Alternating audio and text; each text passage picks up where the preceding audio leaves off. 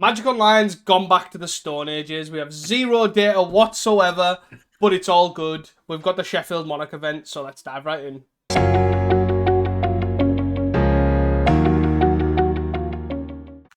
Hey guys, welcome back to Casting Commons, the show where we talk and discuss all things Pauper. I am your host, Teasdale, and this is my co-host, the galvanic discharge himself, Reese. Hello, that sounds absolutely horrible. Yeah, sounds absolutely revolting, doesn't it? Yeah. Before we start, please do not forget to hit that like, subscribe, and follow button so you never miss an upload. It also helps the algorithm and gets us some amazingly great exposure. It's a great way to support us for absolutely free. So, pal, what's happened? Anything this week? I guess locally we've had a pretty big week in our Pauper scene. We've come to the final, or we played the final FNM in our very first 10-week league, which was given a bye for nationals to the person with the best overall result. That the FNM in particular, I ended up winning with Jund Glee combo, which was really sweet. Like, I'm not surprised how you've fallen in love with that deck. It is just really cool to play.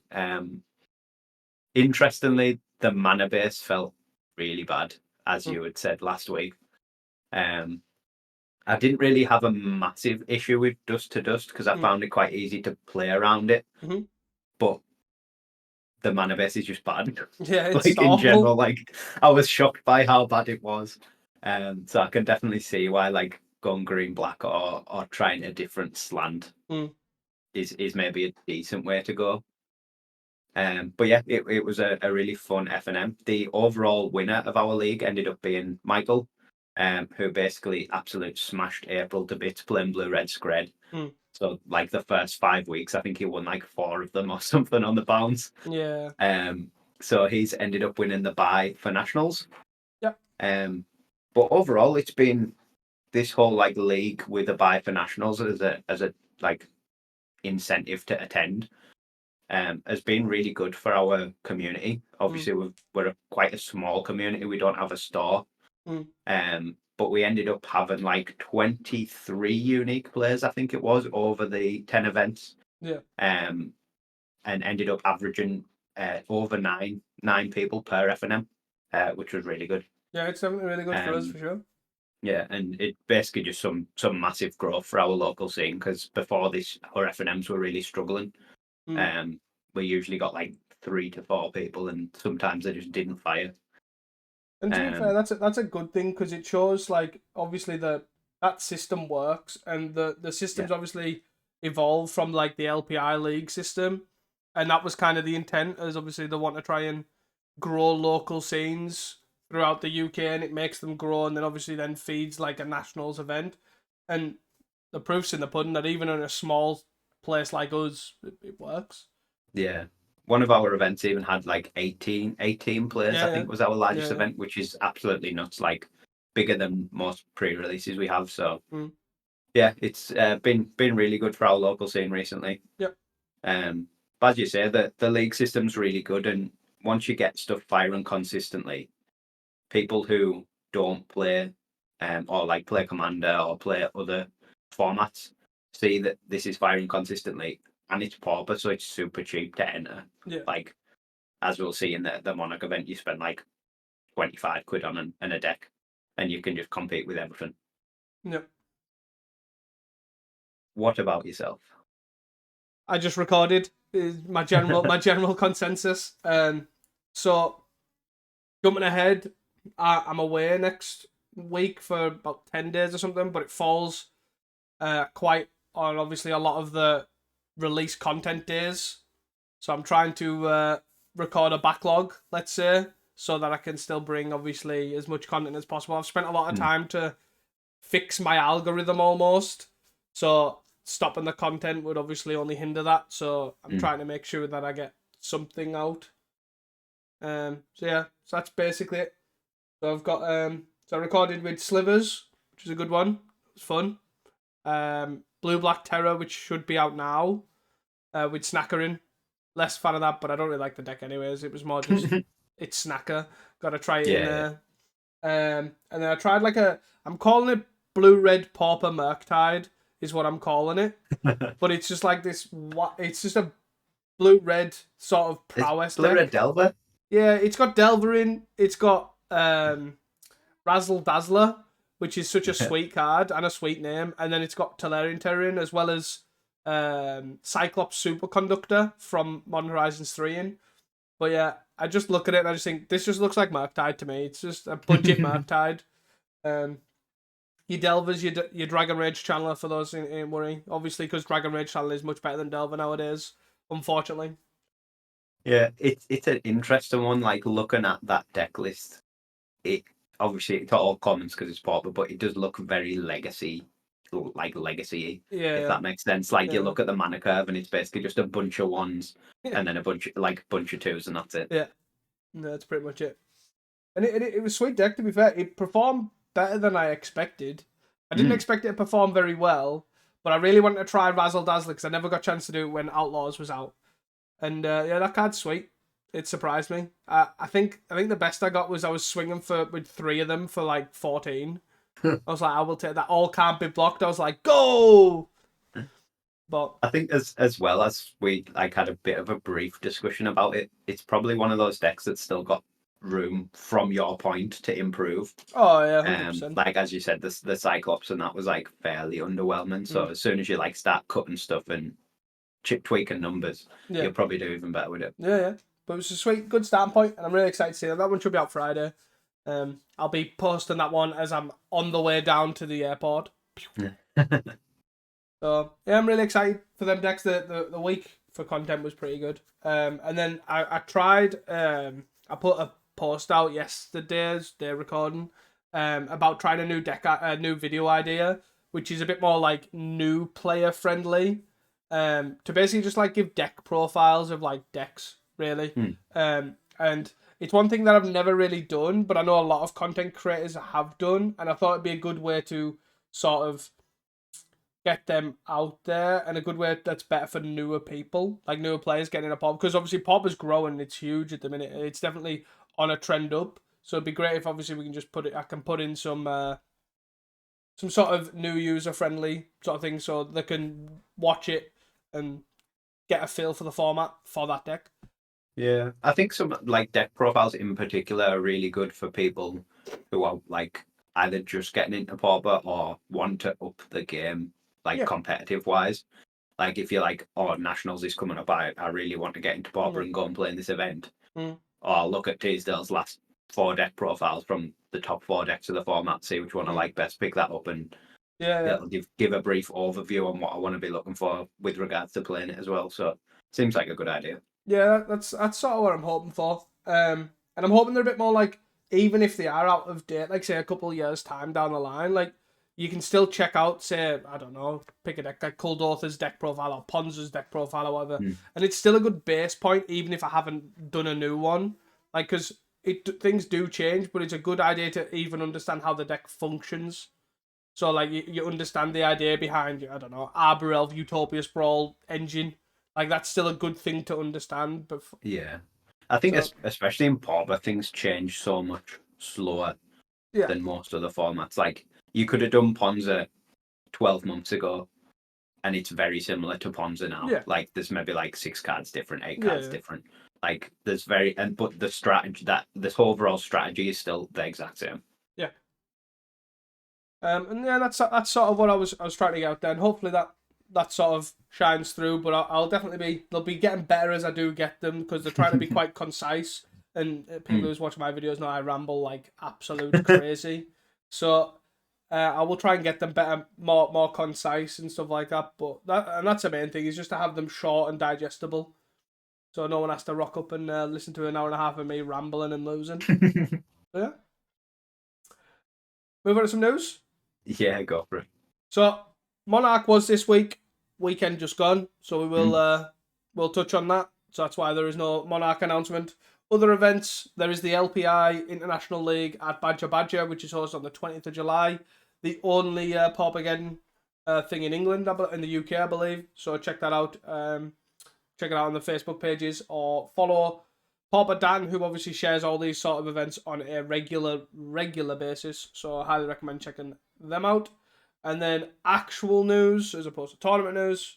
Deck lists are still down and have been down for about 11 days now, I think it is, maybe 12 days. We have gone back to the Stone Age, as the intro has alluded to. I do think, I actually do think as well, it's affecting challenges massively. Yeah, I did touch on it briefly in sort of our notes and stuff, but we touched on it further down. Why I think that is. But yeah, the deck list's still down. We've got no information on leagues, got no information on 5-0s, no information on any challenges or anything, any format.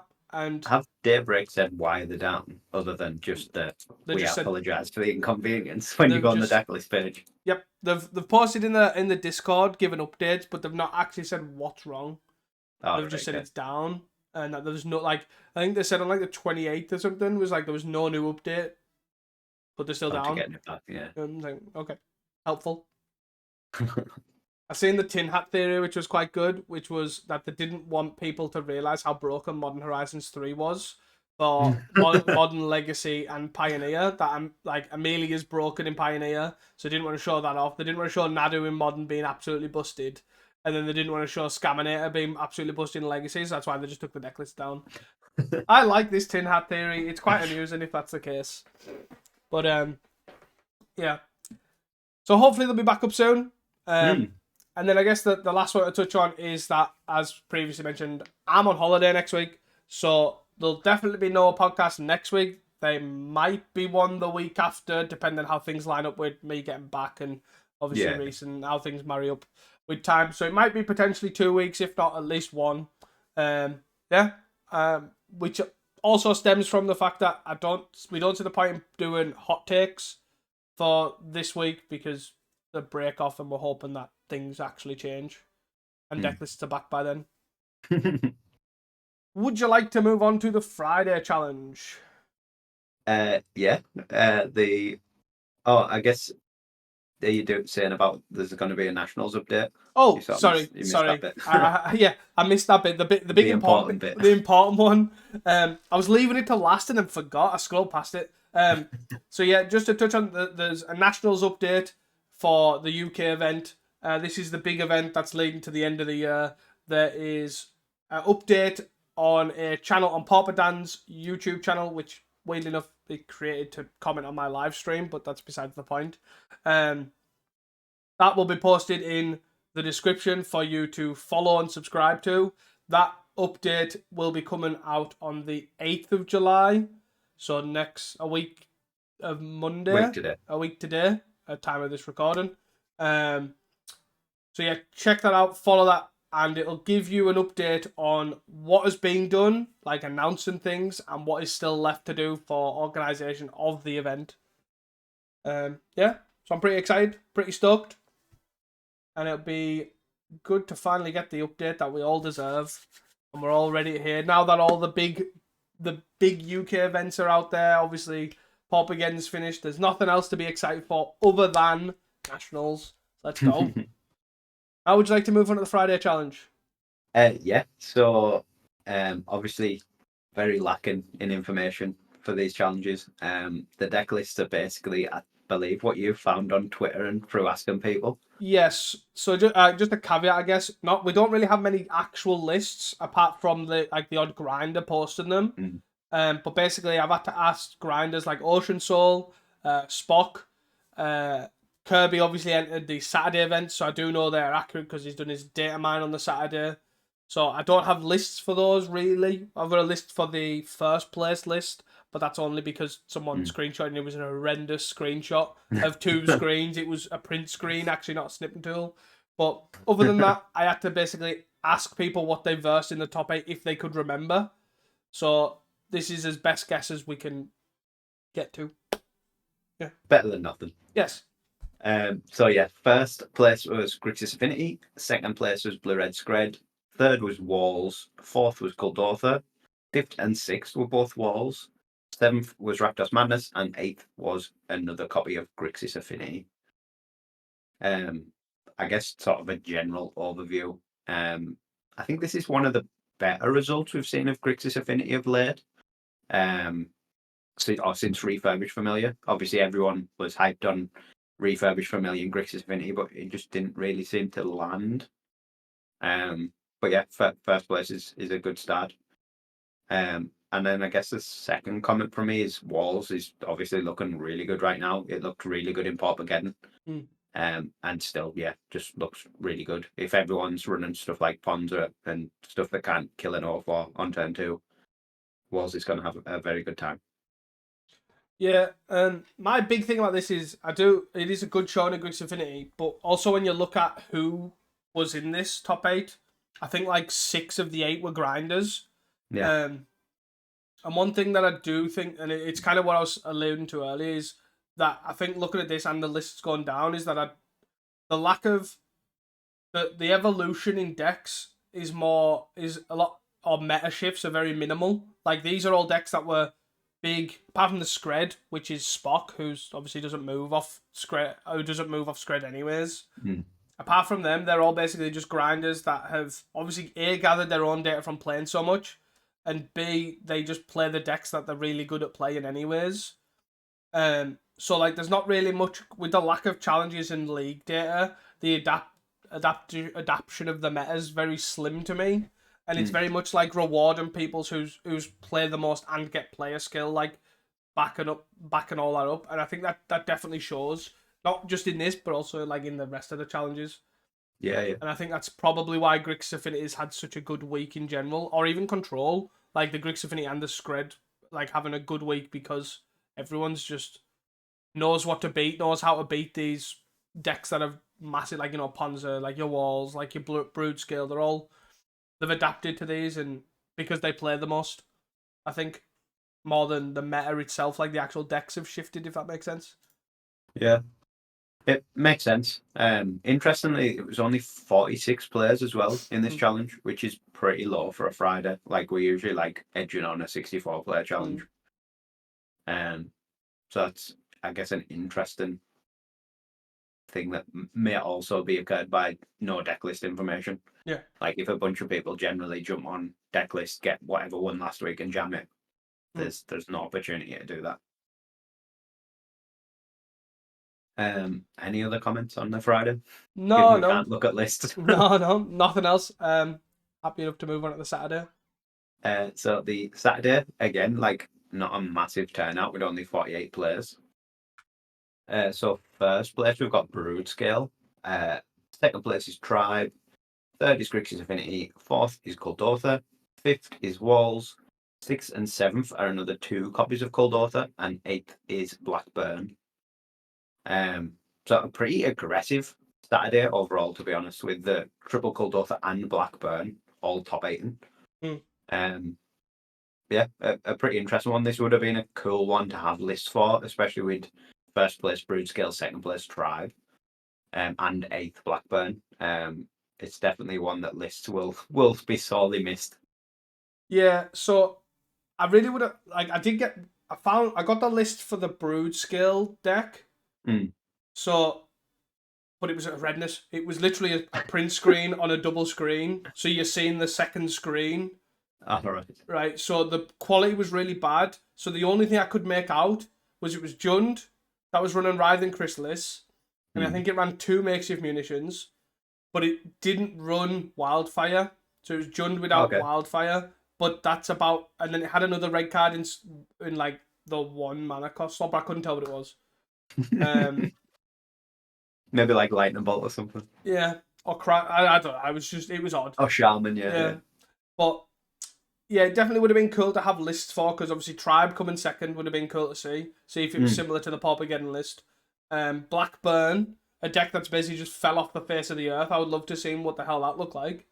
Yeah, it's one that sort of had a bit of a hype to it, obviously quite a while ago now, but then, yeah, like you said, just completely disappeared and hadn't put up any results.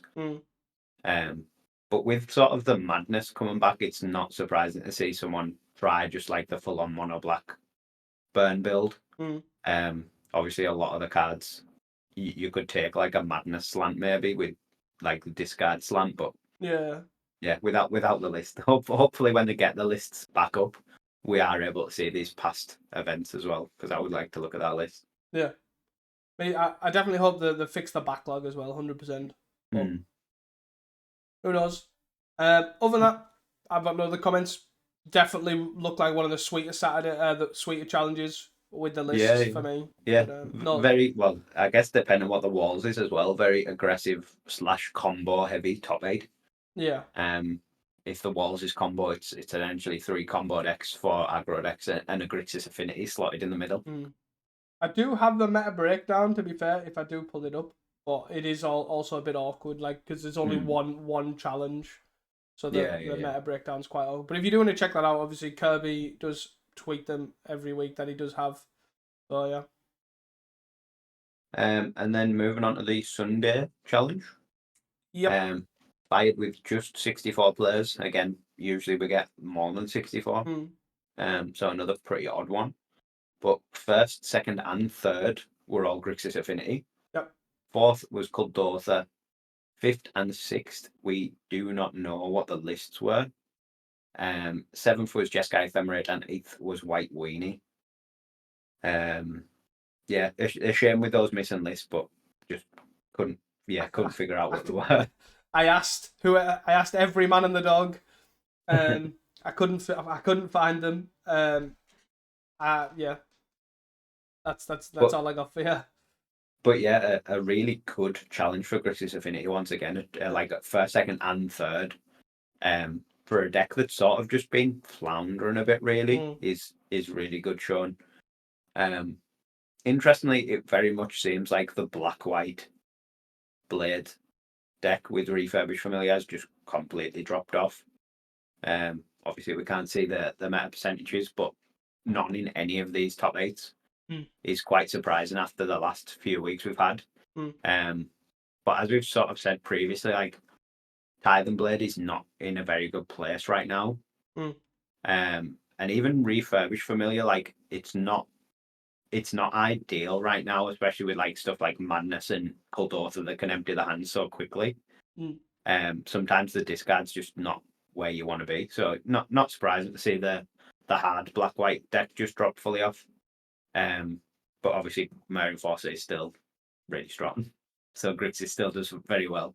Yeah, I think to me the main thing is like the discard that people have obviously learned to play around that now with obviously being more aggressive. Like either in your combo deck, i.e., your tribe obviously getting your thing down early, or your walls comboing off early and all that sort of stuff. And then you've got your Kuldothas, your Madness, as you've already said.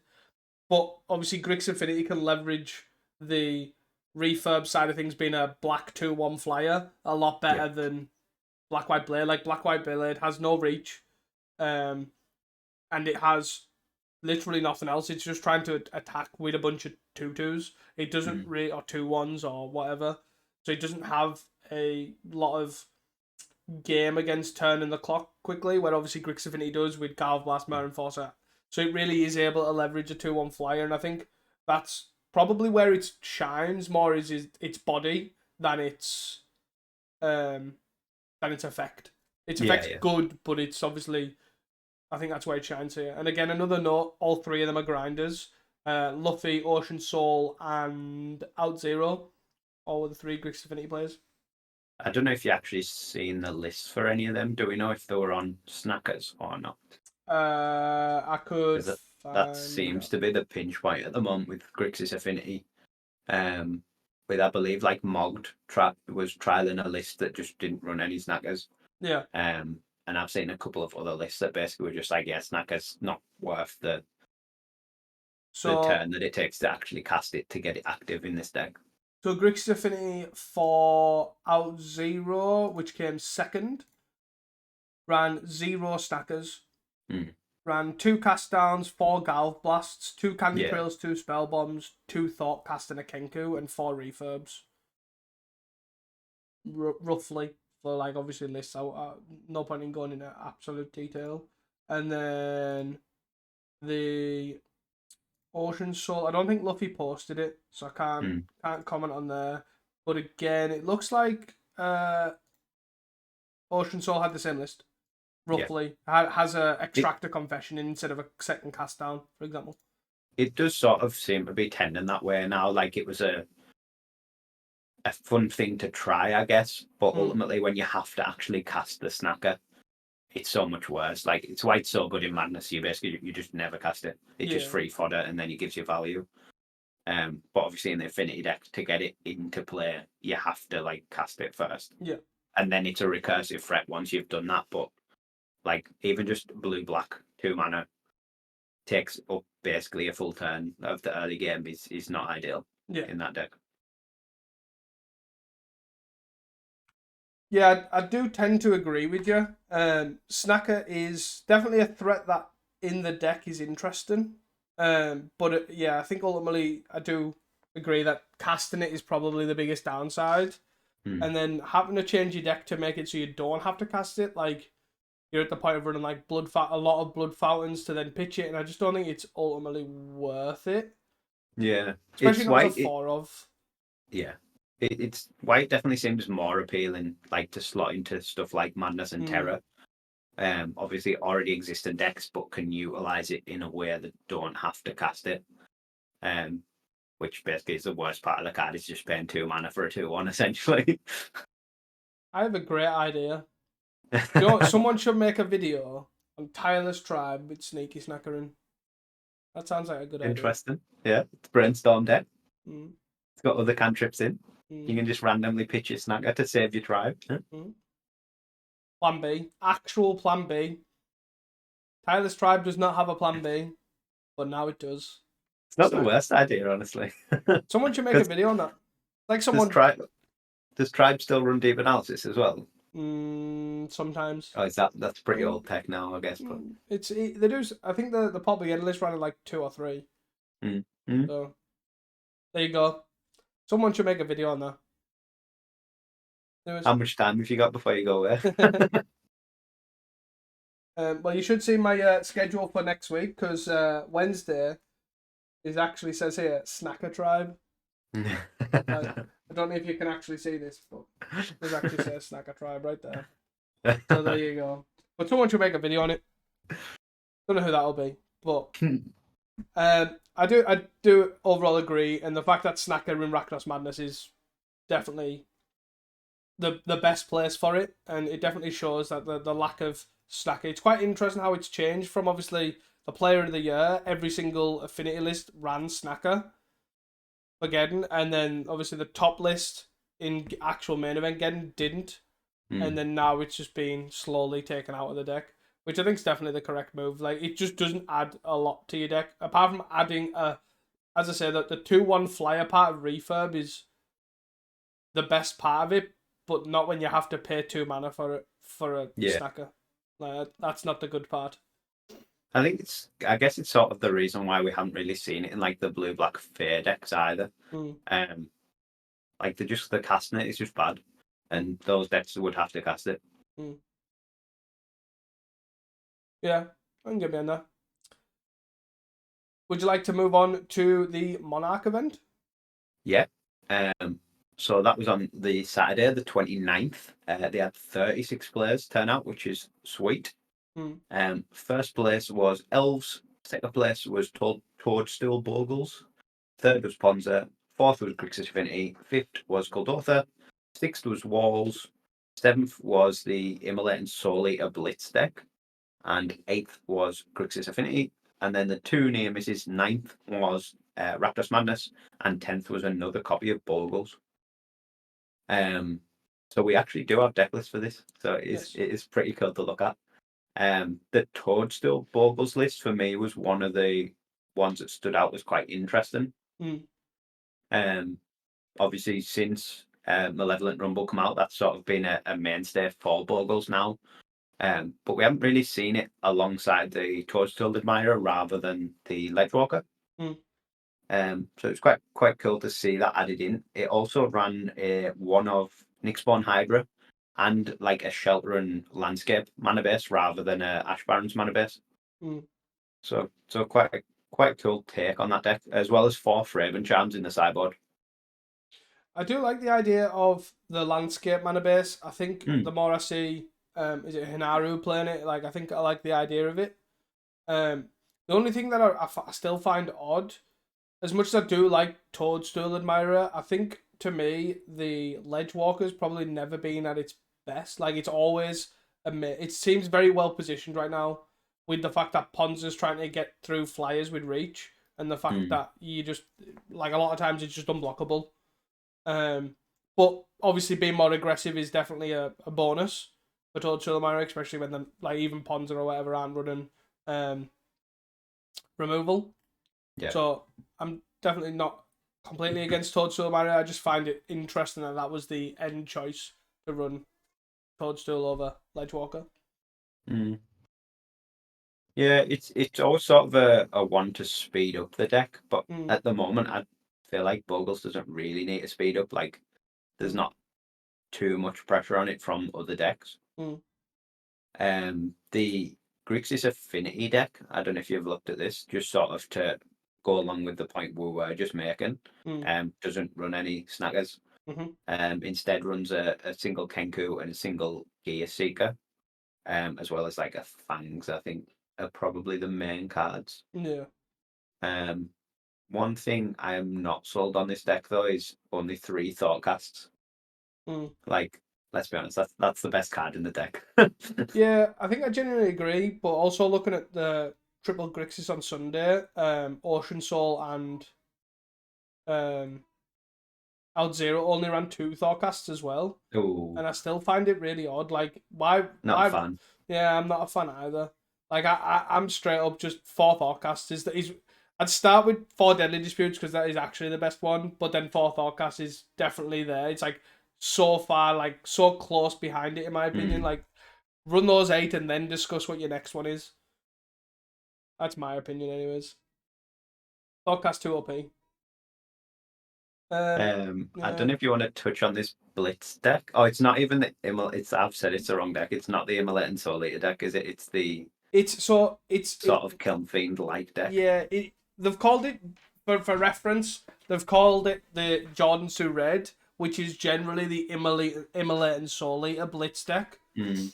Um, but this is why I wrote esque in the sort of Ah, right, okay. title because it's not really the same. Because to me, the big difference is it runs Fury of the Bitten is a big one that the Jordan Yeah. Sue list runs Lotus Petal and it runs Simian Spirit Guide and Immolate and Solia. All cards which are not in this list. It's very close to more of a mono red Kiln Fiend or like a mono red Yeah. heroic. It honestly looks like a Kiln Fiend slash Mono Red Heroic hybrid more Mm. than anything else. Well, Yeah. it is very close to Kiln Fiend, in fact, but just with some extra threats with the a Chrome Crusader and 4 Seater Hoplite. Mm. Other than that, like it's like the majority of the cards are just Kiln Fiend cards, right? Yeah. And because very much the other version, the Jordan Suit version, basically is a lot more permanent based. Runs Mm. like Fury of the Bitten, and it runs the other aura, the other Menace aura. The name escapes me, but very With much the biggest part of it being the Immolate and and the Soul double Immolate and strike Soul. package Yeah, as well. Like that's the main yeah, reason to play that version of the deck. yeah. So this is just like more like with Titan Strength, Ancestral Anger, Expedite, Mutagenic Growth, Apostles Blessing, Lava Dart sort of version, which is very much a heroic pile, Kilnfield pile mashup, which I'm Mm. here for. Just obviously a naming sort of issue for us, but that's nuances, I guess. Interesting list for sure. Mm. Being able to just spam a bunch of cheap spells and especially with the 4 expedite, which I find really interesting, given something haste. 3 expedite, sorry, given something haste is pretty interesting, and a reckless charge to go along with that as well. Great for sure, and it did obviously did pretty well coming in 7th. Yeah. It's a sweet top 8 to be fair. Mm. Was only one deck duplicated with the double Grixis Affinity, is that right? Yeah. Yeah, so seven unique decks in the top 8. Mm. Which is just, to be honest, what we are seeing lately with Paul, but obviously that Sunday challenge is a bit of an outlier with the triple Grixis Affinity. But generally like the variety in the top 8 is mental. Mm. one thing that sort of stuck out to me as well that I thought we may as well touch on. This is on MTG Decks, this event. So I haven't really used it before, but it tells you the price but beside every deck. Which when I initially looked at it, I was just like, it's so cheap. Yeah. Like you could literally buy 7 unique decks from this top 8 for the same price or less than like a single Pioneer Phoenix deck, which is not even an expensive Pioneer deck. It's like a $400 Pioneer deck. Yeah. So you could literally buy half the format for the price of one sort of middle priced Pioneer deck. It's nuts. Yeah. Accessibility is crazy, to be fair. I think the thing that always amuses me is how much English people love elves. Yeah, yeah. I guess we should probably touch on the first place list. Yeah. It is quite an odd elves list as well, to be fair. The first thing that stands out to me that sort of doesn't really matter, but people just do it, is the Llanowar Elf, Findhorn Elf, Elvish Mystic split. This play just didn't split them. They just went 4 Llanowar Elves, 2 Findhorn Elves, which is fine. But usually you just see it as a 2-2-2 split. They also ran 4 meat at a tavern and 0 Wind and Way, which, like, I sort of get it, but I'm not sure I like it because it's sort of, there's a 4 lead, the Stampedes are still there, the 4 you meet at a tavern as well, but then 3 Distant Melody on top of that. So basically all your draw spells are 3 and 4 mana, which can be quite awkward in elves if you keep quite a mana-like hand. Like Wind and Ways enable a lot more hands, I find. Yeah. But it's an interesting take. Yeah, it is an interesting list as well. Like on Triple Nettle Sentinel as well. Like usually they either go all in for the Jasper Sentinel Birchlaw sort of aid to cast a bunch of cheaper guys, but it's like kind of like middle of the road. I'm not gonna commit fully on the Nettle Sentinels, and then it's then also got 2 Lissalanas and then 3 Timberwatch Elves. Like the numbers are a bit 3 Timberwatches is suspect. Like that is basically your best elf in the deck alongside Priest of Titania. So only having 3 is interesting. I would sooner cut, I think, an Elvish Vanguard than a Timberwatch. Especially with obviously the 4 Quirion ranges is definitely a reason to run that card. It's obviously much more powerful than Vanguard for the most part. Generally, if you've got a Timberwatch alive, you've won the game. Yeah.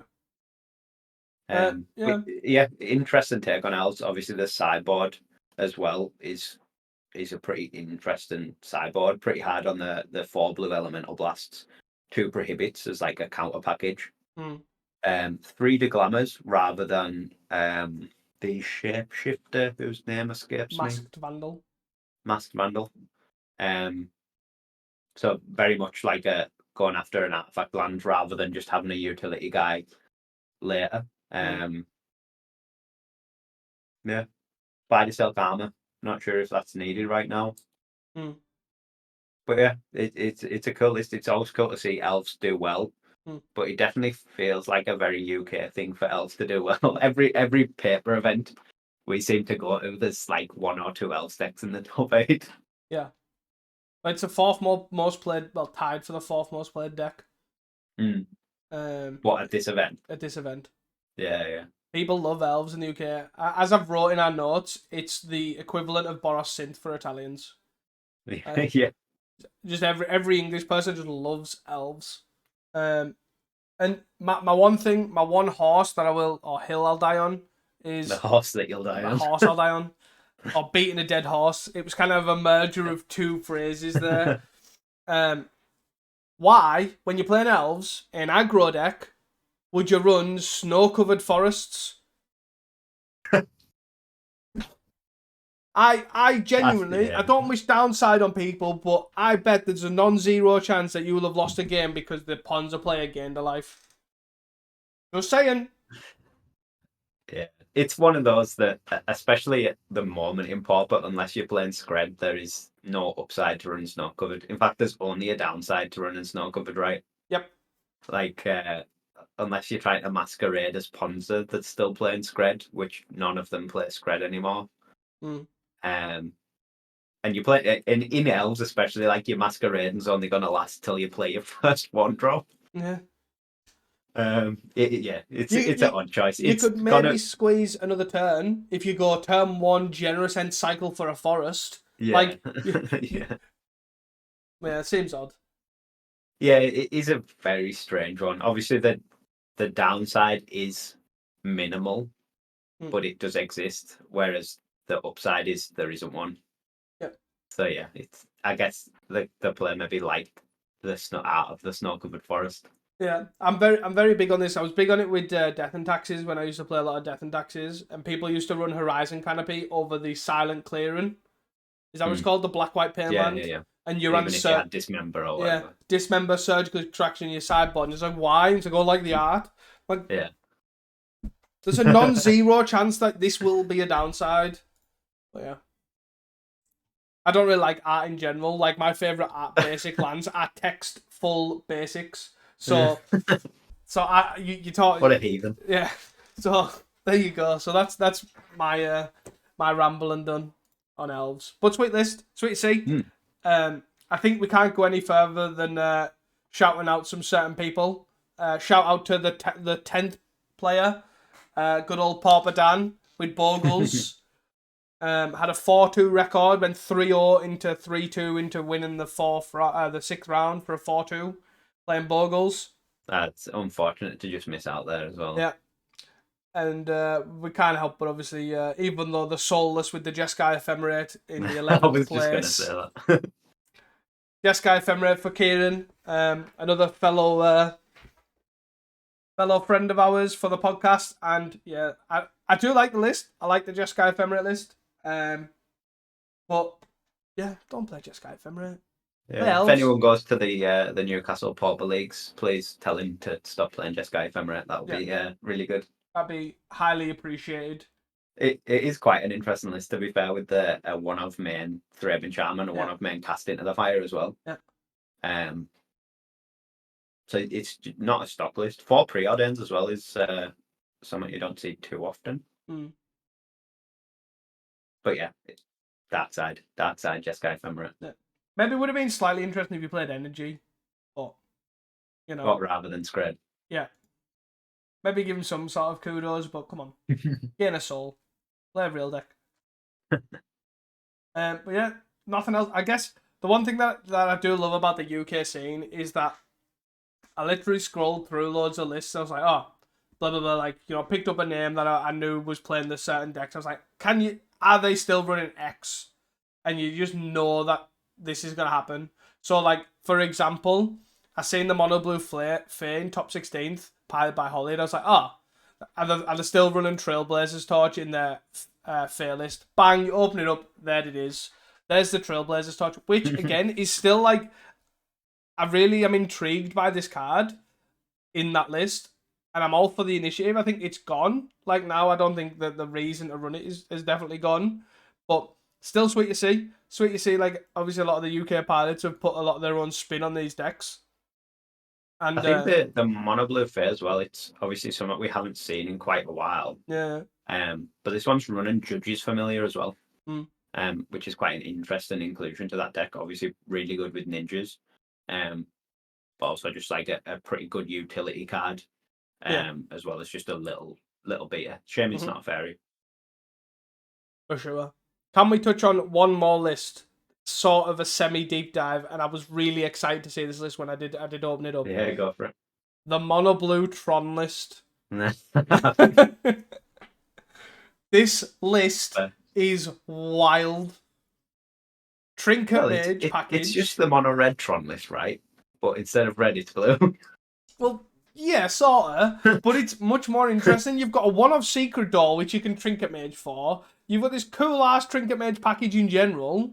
You know, you've got your Urn of Godfire, you know, that staple card that I was literally looking at the other week as for something else. I was like, this card is cool.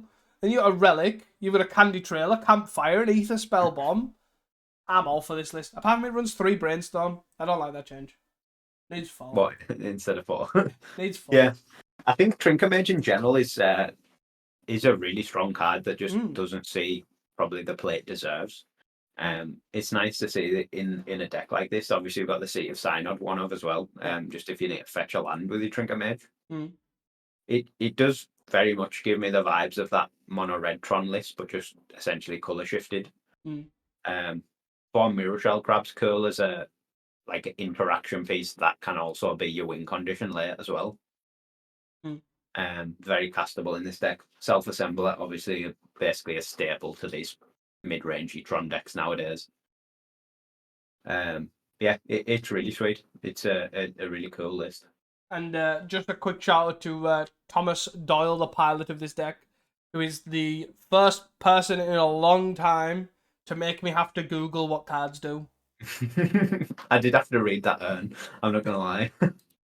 Yeah, see, it wasn't even the urn that got me. It was the universal solvent in the sideboard. Oh. But the only reason was I checked out the urn the other day because I was searching for jack-o'-lantern sort of effects that filter coloured mana. So yeah, that was the only reason why I knew that card existed. But sweet deck, sweet to see, and there's a lot of cool decks in this sort of top. All the whole lists. They're cool to see. They will be in the show notes if you want to check them out. I highly recommend checking them out because they are wild. Yeah, very, very sad I could not attend this event because it looks sick. Definitely it looked cool to follow it as well. Nix, who helped organise it, was giving us play-by-plays on their unfortunate run, but I'm not surprised to play Colgate, so, you know, more fool you, I guess. But other than that, sweet event, sweet to follow. Got round-by-round plays from Nix. I got it off the head judge as well, and also Dan as well. It was really great event to follow. I felt like I was there. I got that much updates. Yeah, well, sweet. Would you like to move on? Yeah, go for it. So just quick shout out to Kirby for the data for the Saturday. It was really, really appreciated. Made my life so much easier in finding these deck lists. And then finally, shout out to Ocean Soul and Spock for filling in the blanks on the top 8, because otherwise I'd be screwed. I literally had Ocean Soul's list and Spock's list for quite a while, and then they both, obviously during their countries, ended up probably waking up and then seeing my message, and then managed to come in clutch. For sure. I guess shout out as well. Can't also not shout out Ocean Soul for the incredible weekend. So, because there's no deck lists, it's probably not so clear. But Ocean Soul came top 8'd Friday with top 4'd Friday, sorry, with Kuldotha. Then did top 8'd the Saturday with Kuldotha. And then on the Sunday, switched up and came 3rd and top 4 again with Sunday with Grixavini. Nice. So, pretty incredible run. For sure. Would you like to move into hot takes from last week? Yeah, if we can figure out if they were accurate or not. My first one was that Kuldotha numbers would increase. Obviously, it prey on the increase in Ponza. Just looking at the info we've got from the top 8s, it does seem to be the case. There is a lot of Kuldotha. And there's a Kuldotha in every top 8, so I do sort of. I think I remember seeing Kirby on the Saturday challenge in particular say that basically Kuldotha has just made a resurgence out of nowhere. So looking at it, it was the most played deck on the Saturday with 8 pilots. Yeah. Even that's pretty low though for Kuldotha. Yeah, there was how many players was there though? There was only 40 something players for the Saturday. Yeah, true. 48 players. Then what was mine was something to do with Glee Combo, right? Yeah, Glee Combo will have at least 2 decks in the top 8 and both be different. Well, that was not the case. Since there was one. There was one which won, and it was different in the sense that it was different to the Black Green list that won the Player of the Year, or did top 8 the Player of the Year, and it was different to the one that was all over the challenges last week with the Wildfire one. So I guess there's sort of, but didn't get 2. Wasn't that free after all? Yeah. And then my last one from last week was that there will be an increase in the Ponza-less deck, so the Ponza without the land destruction. Obviously, we have no idea, basically, if that occurred or didn't. Maybe, but probably not. My last one was that Ponza will take a decline in representation. It was the sixth most played deck, with 5 pilots, being On 8 the Saturday. on the Saturday, 8, 6, 6, 6, 5, 5. Yeah. So there wasn't any in the top 8 either, right? No, not that I know. Unless those the 5th and 6th maybe. Yeah. Ponza on the Sunday, but not surprising. It is a deck that can like chop and change basically, or peak and trough with the meta. Like if the meta goes super aggressive, Ponza's going to fall off. If it goes super controlly, Ponza's going to come back. With stuff like Kuldotha increasing, it's not surprising that Ponza's dropped off pretty hard. Yep, 100%. Yeah, so obviously we spoke earlier, we probably won't do hot takes. We will do one, and I will let Reese take it away. That we're going to hope this hot take comes through when we are back recording.